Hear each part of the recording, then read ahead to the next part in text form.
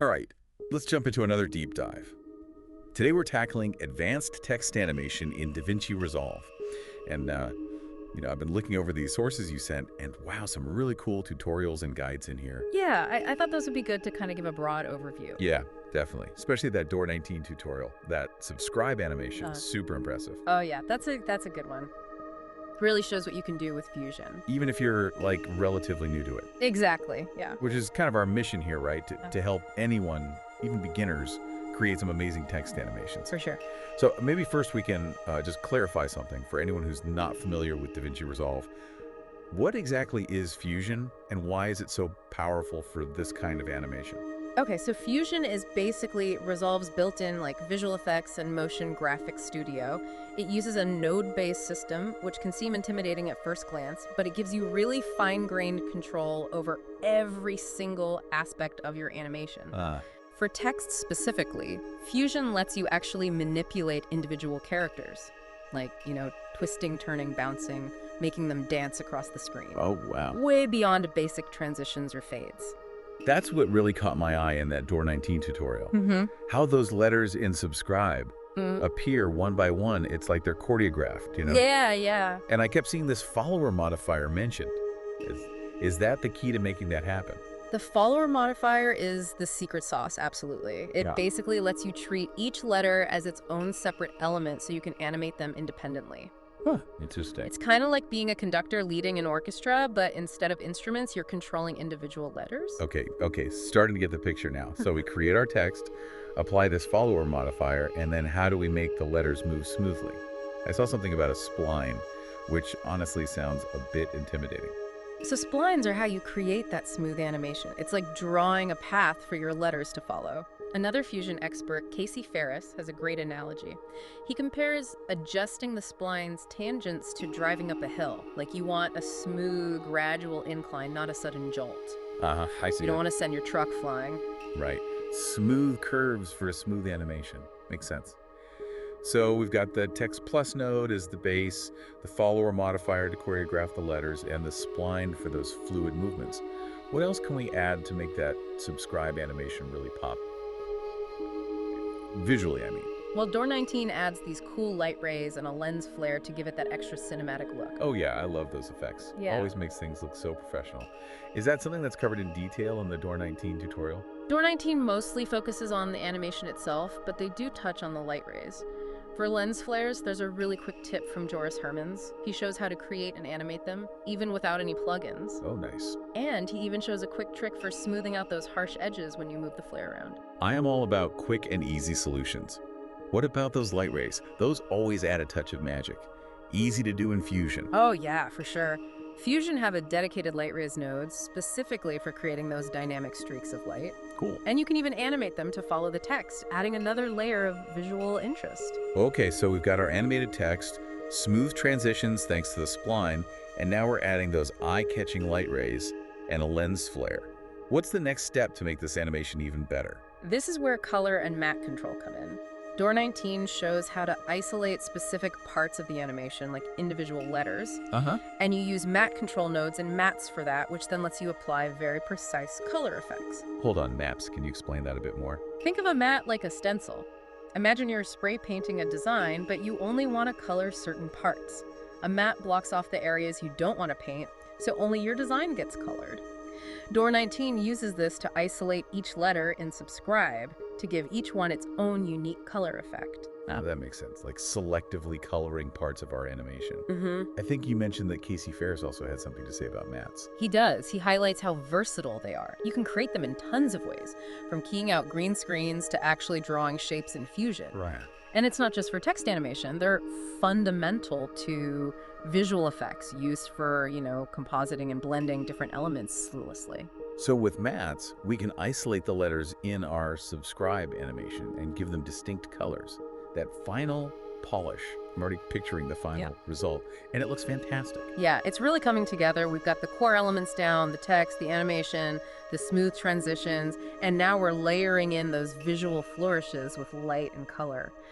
But before we go too crazy with all the creative possibilities, let's quickly recap what we've covered for the subscribe animation. We talked about the text plus node, the follower modifier, the spline for smooth transitions, adding those awesome light rays and a lens flare, and even using mats to isolate and color those individual letters. Did I miss anything? I think you got it all.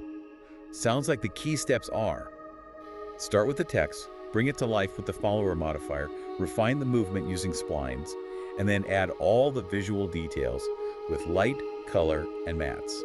And even if someone's brand new to Fusion, Door 19's tutorial seems to explain everything in a way that's easy to follow. Yeah, it's very well laid out. I'm feeling much more confident about trying this out now.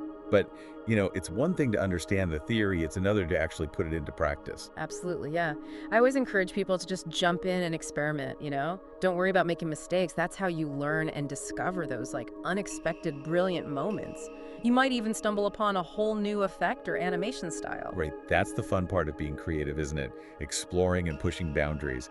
And who knows, maybe someday we'll be the ones inspiring others with our awesome text animations. Maybe. But for now, happy to be the student.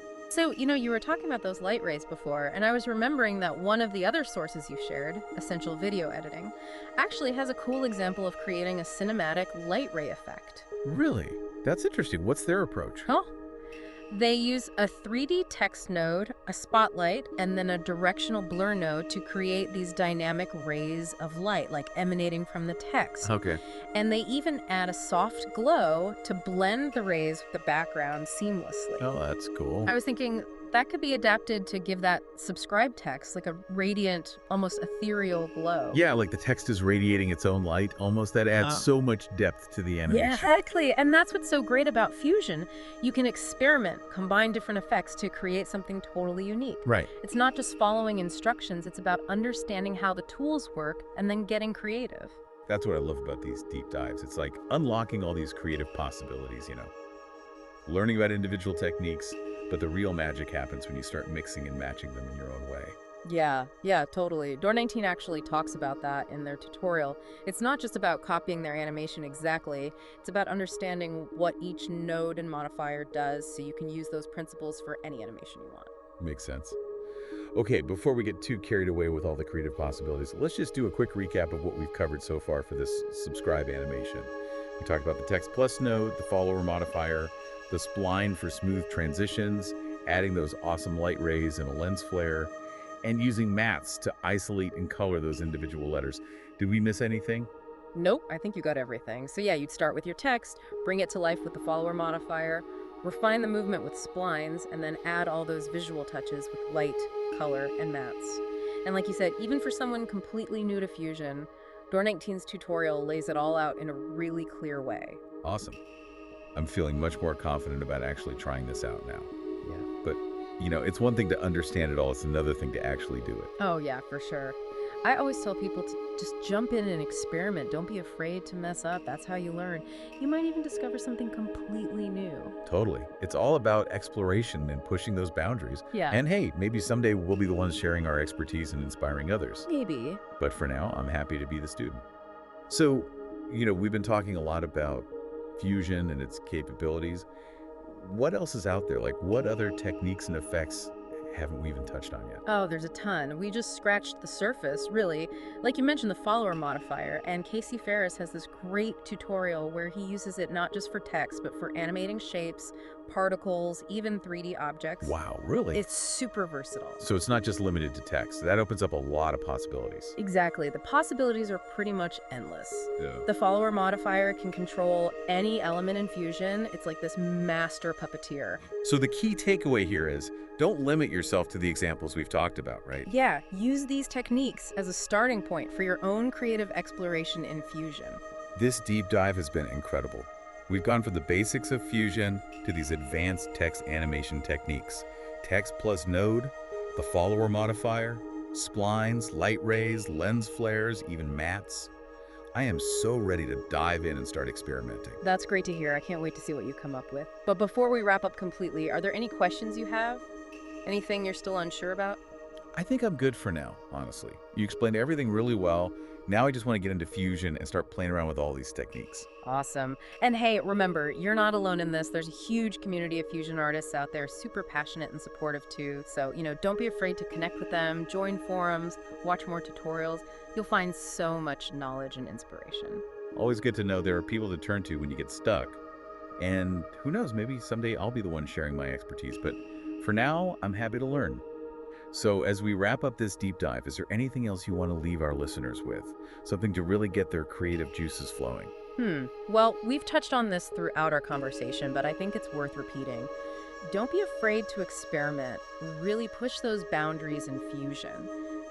We talked about the follower modifier for text, shapes, 3D objects, but what if you could animate the parameters of other effects? Imagine using it to control the intensity of a glow, the spread of a blur, even the movement of a particle system. Well, that's like next level.